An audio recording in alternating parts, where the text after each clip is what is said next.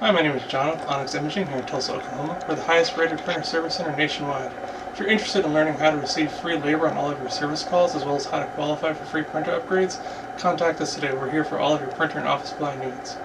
Alright, today we're going to show you how to replace and reset your drum and your Brother HL-5450. The first thing you have to do is you're going to open the front access door.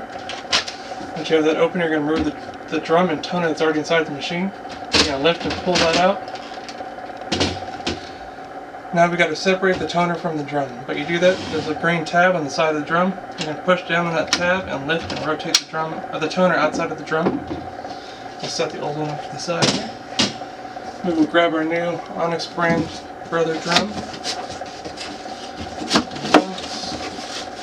Inside of every Onyx brand Brother drum there is printed instructions for how to replace the drum. We'll set those off to the side.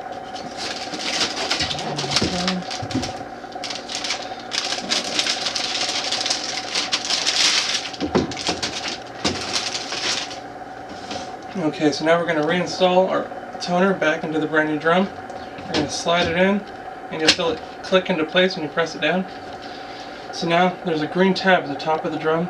You're going to want to grab that green tab, slide it back and forth about 2 or 3 times, making sure that it ends up at the same spot it started. There should be 2 arrows pointing at each other. Once you're done, you're going to reinstall that back inside the printer. You'll feel it click into place.